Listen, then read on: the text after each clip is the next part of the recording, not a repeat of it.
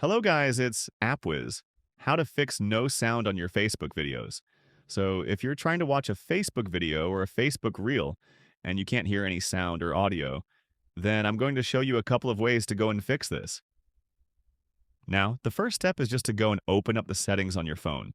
Scroll down to General and click on this.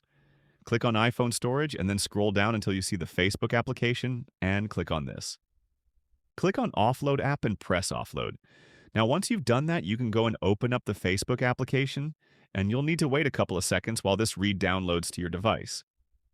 Now, once you're on Facebook, click on your profile icon in the bottom right-hand side. Scroll down to the bottom and click on Settings and Privacy. Then underneath Preferences, select Media. Scroll down to play all sounds and app and make sure this is turned on and enabled. Also make sure Real Start with Sound On is turned on.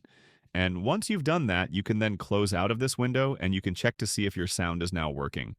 Now, you also need to ensure that the volume is turned up on your device so you can try playing another video in another application to make sure your sound's just not muted in general. So, it's as simple as that, guys. Let me know in the comments if you found this video helpful.